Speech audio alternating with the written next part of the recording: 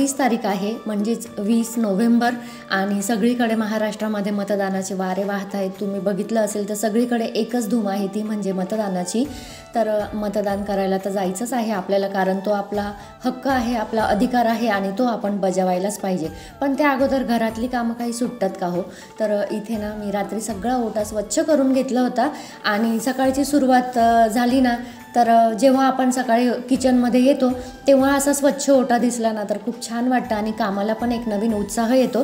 तर सकाळी उठले अगोदर बाहेरचं झाडून रांगोळी वगैरे काढली, म्हटलं चला तुम्हाला रांगोळी पण दाखवू। आणि ही काही रात्रीची भांडी घासलेली आहेत ना, तर ती भांडी पण आता ट्रॉलीला लावायची आहे आणि ओट्यावर पण एक कपडा फिरवून घेते, कारण रात्री कसं झुरळं वगैरे किंवा मुंग्या वगैरे फिरत असतात त्याच्यामुळे। तर म्हटलं दिवसाची सुरुवात आपण ना, आता थंडीचे दिवस आहे त्याच्यामुळे तर चहा तर आपल्याला दुर्लक्षित करून चालत नाही, कारण चहाशिवाय तर एनर्जीच नाही।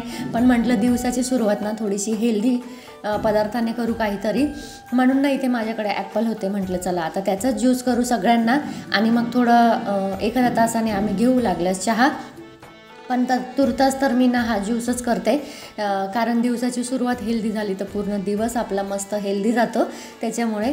तर इथे काही सफरचंद होती आणि असंही ना सफरचंद ज्यूस केला ना तर पटकन संपतात, पण नाहीतर ती ना किती दिवस अशीच लोळत राहतात, त्याच्यामुळे म्हटलं चला ज्यूस करून पटकन सफरचंद संपवून टाकू। तर इथे 3 सफरचंदांमध्ये ना 4 ग्लास ज्यूस आपला भरपूर होतो।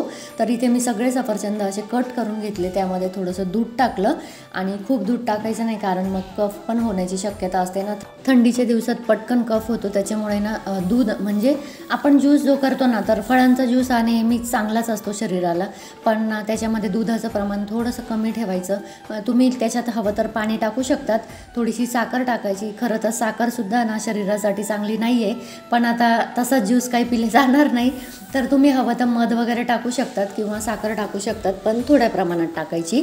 आणि मध टाकल्यानंतर तर बेस्टच आहे। तर इथे बघा माझं ज्यूस पण तयार झालं, मस्त ॲपल ज्यूस। आता मी या तिघांना देते आणि मी पण घेते ॲपल ज्यूस, तर तुम्ही पण या मस्त हेल्दी असा नाश्ता करायला। आणि आज ना मतदानामुळे सगळ्यांना सुट्ट्या होत्या, हे पण घरी होते, तर त्यामुळे ना म्हणजे सुट्टीचा दिवस असला ना तर सगळे आरामशीर उठतात आणि सगळं काम असं रेंगाळतच राहतं। तर ना इथे आज आम्ही सगळेजण उशिरा उठलो आणि उशिरा उठल्यानंतर मग कामांचं काही विचारूच नाही। श्री स्वामी समर्थ मैत्रिणींनो, मी आहे प्रणिता आणि स्वागत आहे तुमचं आपल्या मराठी ब्लॉग चॅनलमध्ये, ज्याचं नाव आहे प्रणिताज ब्लॉग नाता आपुलकी। आम्ही निघालो आहोत आता मतदान करण्यासाठी, तर काय सांगाल तुम्ही मतदानाबद्दल? मतदानाबद्दल लोकशाहीच्या अधिकाराने करूया आज मतदान, योग्य सरकार निवडून वाढूया राज्याची शान। तर बस एवढंच सांगेल, मतदानाविषयी जास्त काही सांगणार नाही। आणि आता आम्ही निघतोय, कारण की आल्यावर पुन्हा जेवण वगैरे स्वयंपाक वगैरे सगळंच करायचं। आता फक्त नाश्ता झाला आहे, आधीचा क्लास होता। बाकी आज मुलांचं म्हणणं आहे की भाजीपोळीला सुट्टी द्यायची, कारण आज हे पण घरी आहे। नेहमी कसं होतं ना, मुलांना सुट्टी असते पण यांना काही सुट्टी नसते, त्याच्यामुळे आज त्यांचं म्हणणं आहे की पप्पा पण घरी आहेत ना, तर आज काहीतरी 6 वाजेपर्यंतचे हां संध्याकाळपर्यंत आहे ना पण दिवसभर आमच्या बरोबर। तर पप्पा घरी आहेत, तर आज काहीतरी वेगळं करू, रोज रोज भाजीपोळी नको। तर म्हटलं चला अगोदर मतदान करून येऊ आणि मग पुढे काय बनवणार आहे किंवा कसा दिवस घालवणार आहे ते सगळं तुमच्याबरोबर शेअर करेल।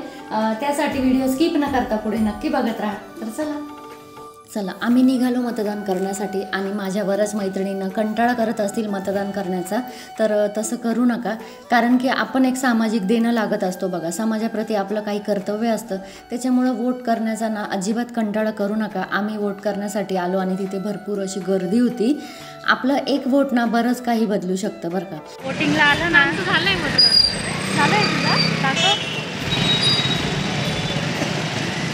हिचं झालंय। आणि आता आम्ही आलोय, पण ना वोटिंगला आलं ना तर खूप जुने मैत्रिणी जुने राहणारे खूप भेटतात। आता ही केंद्रातली आहे, ही नवी आहे, जुनी नाही आहे ना, पण ती लग्न झाल्यापासून ना दुरावली होती जरा आमच्यापासून, तर इथे भेटली ती मला, म्हटलं चला जरा वेळ गप्पा मारू। चला आता आम्ही तिच्याशी गप्पा मारतो आणि वोट करणार। मैत्रिणींनो, देशसेवा करणं म्हणजे अगदी मिलिटरीतच भरती होणं किंवा पोलीस खात्यात भरती होणं असं नाही, तर आपण मत करूनसुद्धा म्हणजे आपलं एक मत देऊनसुद्धा देशसेवा करू शकतो. कारण आपलं एक मतनं बरंच काही बदलू शकतं. कारण आपल्या एका मताअभावी होणारा परिणाम हा आपल्यालाच भोगावा लागतो ना.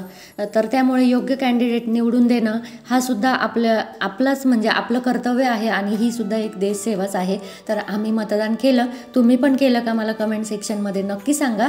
आणि मतदान करणं हा आपला अधिकार आहे, आपला हक्क आहे. जसं आपल्याला असं वाटतं ना की आपल्या नगरातले रस्ते, आपल्या देशातले रस्ते सगळं व्यवस्थित सुंदर असावं. जेव्हा आपण दुसऱ्या देशात जातो ना तर तिथली सगळी स्वच्छता बघून जेव्हा आपल्याला असं वाटतं ना की आपला पण देश असा स्वच्छ पाहिजे, तर त्यासाठी आपणच कुठेतरी कमी पडत असतो. म्हणून सांगते, मत देण्याचा कंटाळा करू नका आणि प्रत्येकाने मत देण्यासाठी निघा.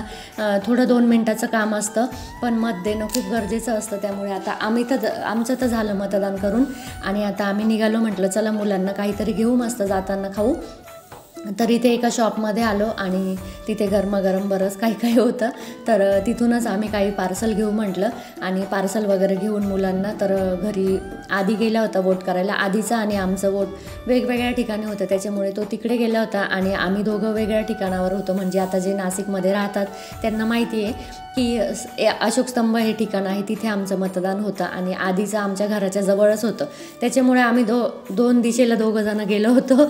तर मतदान वगैरे करून आलो, जेवण वगैरे झालं आमचं आणि त्यानंतर बघा इथे पिक्चरसाठीची तयारी. तर इथे मस्त मूवी लावला होता आणि जेवण वगैरे झाल्यानंतर ना ऊन भरपूर होतं बाहेर, त्याच्यामुळे कंटाळा पण आला होता. तर उन्हामुळे ना लगेच असं वाटलं की शांत एखादी झोप काढावी मस्त. तर सगळेजण मस्त पिक्चर बघता म्हणजे मूवी बघता भूलभुलैया 2 मूवी लावला होता साक्षीने. तर तो मूवी बघता मस्त सगळ्यांनी आराम पण केला. कारण सगळे घरीच आहेत ना, तर मग आराम पण झाला पाहिजे. कारण दुसऱ्या दिवशीपासून पुन्हा तेच आपल्या रुटीनला सुरुवात होते आणि असंही सणामुळे ना खूप रुटीन अस्तव्यस्त झालं होतं. दिवाळीचा सण म्हटल्यानंतर ना खूप आपले उतारचढाव होतात बघा रुटीनमध्ये. तर त्यामुळे ना मग आपल्याला बॅक टू रुटीन यायचं असलं ना तर थोडासा आराम पण गरजेचा आहे. भरपूर दिवाळीचं आवरणं होतं आणि भरपूर इकडे तिकडे फिरणं पण होतं. फराळ वगैरे सगळा त्याचा शरीरावर परिणाम पण होतो फराळाचं वगैरे करण्याचा. कारण आपण कितीही म्हटलं ना तर शेवटी ते फराळाचं अनहेल्दी जास्त असतं. काही मैद्याचे पदार्थ असतात, काही डाळीच्या पिठाचे पदार्थ असतात, त्याच्यामुळे ना शरीर पण थोडंसं अनहेल्दी होतं आणि त्याच्यामुळे ना थोडासा आराम करून म्हटलं आता बॅक टू रुटीन येऊ उद्यापासनं.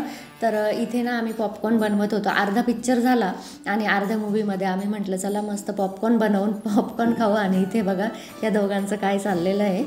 तर तिकडे पॉपकॉर्न करायला ठेवले आधीने आणि तोपर्यंत इथे ना आवळे आणले होते मस्त अर्धा किलो. आता आवळ्याचे दिवस आहे, थंडीच्या दिवसात एकदम ताजे आवळे मिळतात. तर आवळा आपल्या शरीराला किती गुणकारी तुम्हाला सर्वांना माहितीच आहे. आवळ्यात कॅल्शियमचं प्रमाण हे भरपूर असतं. आपल्या केसांसाठी, हाडांसाठी आवळा खूप चांगला असतो.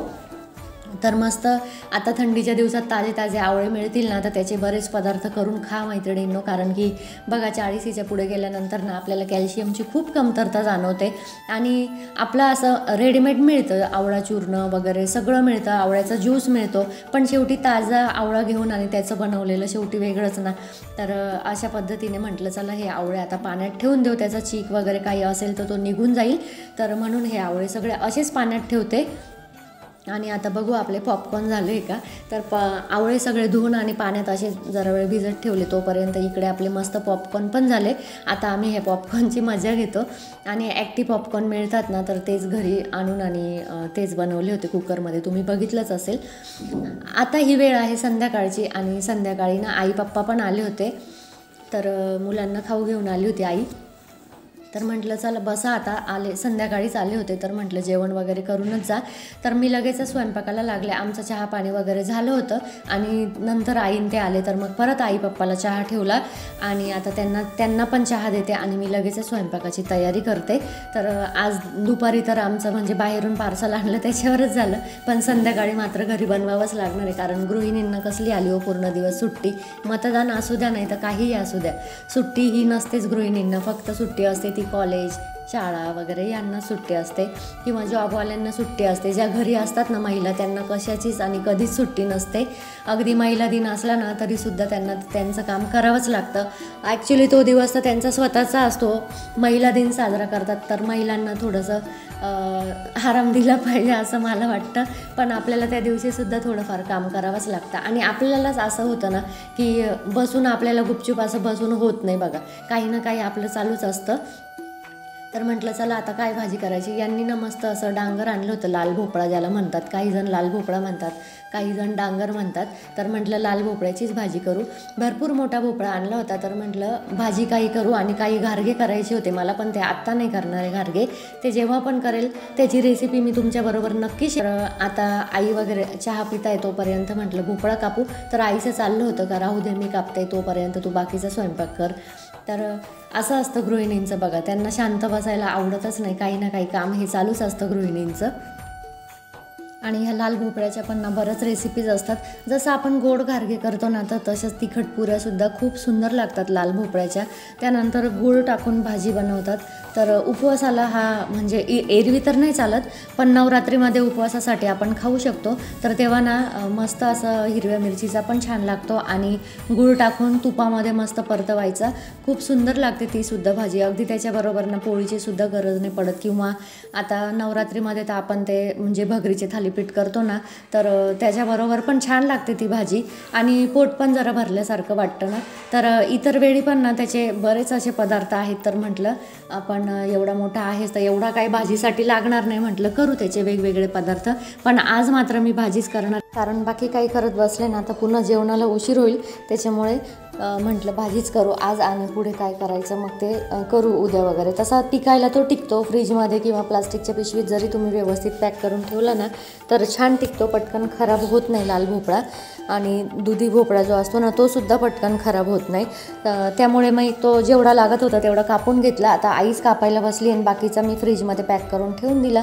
आईचं ते कापून होतं ना तोपर्यंत म्हटलं चला पीठ भिजवू आणि पोळ्यांना सुरुवात करू.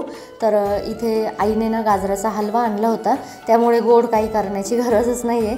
तर तोच गाजराचा हलवा मस्त गरम करून घेणार आहे, कारण आता गप्पा वगैरे होईपर्यंत तो पूर्ण गार होईल त्याच्यामुळे. तर सकाळी पण आईने पाठवलं होतं आणि आता आली ना ती, तर तेव्हा पुन्हा घेऊन आली येताना. तर म्हटलं चला तोच हलवा मस्त गरम करू आपण. तर आता इथे मी पोळ्या करून घेते, तोपर्यंत आईचं लाल भोपळा जो आहे ना तो पण कापून होईल. तो कापूपर्यंत माझ्या निम्म्या अर्ध्या पोळ्या होईल आणि भोपळा शिजायला ना काहीच वेळ नाही लागत, अगदी 5 मिनटात 5 ते 10 मिनटात शिजतो पण.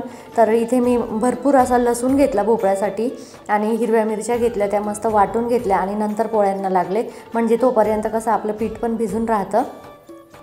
तर इथे आता पोळ्या वगैरे सगळं भरभर लाटून घेते आणि एका साईडला आमच्या गप्पा पण चाललेल्या होत्या बरं का, कारण की कोणी आल्यानंतर आपल्या गप्पा एकीकडे आणि आपलं काम एकीकडे असंच असतं. आणि आमच्या तर गप्पा अजिबात संपत नाही. जेव्हा पण आई येते ना तेव्हा आम्ही जवळजवळ 12-1 वाजेपर्यंत गप्पाच मारत असतो. तर इथे एक साईडला गप्पा पण चाललेल्या होत्या आणि एक साईडला मी आता इथे ना शेंगदाणे भाजत टाकले होते, कारण त्याच्यामध्ये वरून शेंगदाण्याचं कूट पेरलं ना तर खूप सुंदर लागते भाजी आणि मला फार आवडते. खूप जणांना आवडत नाही, डांगर म्हणा किंवा लाल भोपळा म्हणा आवडत नाही, पण मला फार आवडते त्याची भाजी आणि हेल्दीसुद्धा असते. अगदी लहान बाळांनासुद्धा ना, ज्यांच्या घरात लहान बाळं आहे म्हणजे जस्ट खायला सुरुवात केली बाळांनी ना, तेव्हा हा लाल भोपळा तुम्ही उकडून मस्त त्याच्यामध्ये थोडंसं मध वगैरे घालून देऊ शकतात. त्या मुलांच्या शरीरासाठी सुद्धा खूप हेल्दी असतो तो. तर इथे बघा आता सगळा स्वयंपाक झाला होता. भाजी काही मी तुमच्याबरोबर शेअर नाही केली, कारण फोनची बॅटरी डाऊन झाली होती, त्याच्यामुळे मग जरा वेळ फोन चार्जिंगला लावला. तर सगळा तो गाजराचा हलवा होता ना तो सगळा पुन्हा एकदा गरम करून घेतला आणि पोळ्या वगैरे पण झाल्या, भाजी पण केली आणि लगेच म्हटलं चला जेवायला वाढून घेऊ, कारण कसं एकदा जेवण झालं ना की मग आरामशीर गप्पा मारता येतात. म्हणून मग आम्ही सगळ्यांनी आणि बघू शकता तुम्ही गप्पा मारत मारत सगळ्यांचं जेवण चाललेलं होतं. इथे हे तुम्हाला दिसत नाही, साईडला खुर्चीवर बसलेले आहेत ते, तर त्यांचं तिथे जेवण चाललं आहे ना, आम्ही बाकीचे सगळे इकडे बसलेलो आहोत आणि भरपूर अशा गप्पा मारत मारत मारत जेवण चाललेलं होतं. गप्पा एकीकडे आणि जेवण एकीकडे. आणि कसं असतं ना, कोणी जर आलं ना तर आपल्याला जरा 4 घास जास्त पण जातात, त्याच्यामुळे गप्पा मारत मारत आमचं असं जेवण चाललं होतं.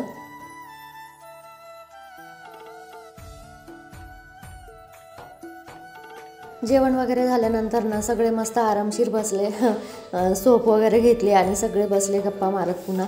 आणि गप्पांना काही अंतच नाही बघा, सगळे जर एकत्र आले. आणि आता सध्या तर एकच विषय आहे तो म्हणजे मतदानाचा.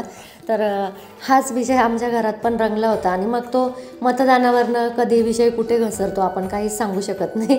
तर असा कुठे विषय चाललेला होता आणि भरपूर अशा गप्पा झाल्या. आणि ना जेवण झाल्यानंतर मी भांडी तशीच ठेवली, कारण भांडी आहे ना म्हटलं आई गेल्याच्या नंतर घासू, म्हणून सगळं खरकटं वगैरे काढून आणि भांडी तशीच जमा करून ठेवली.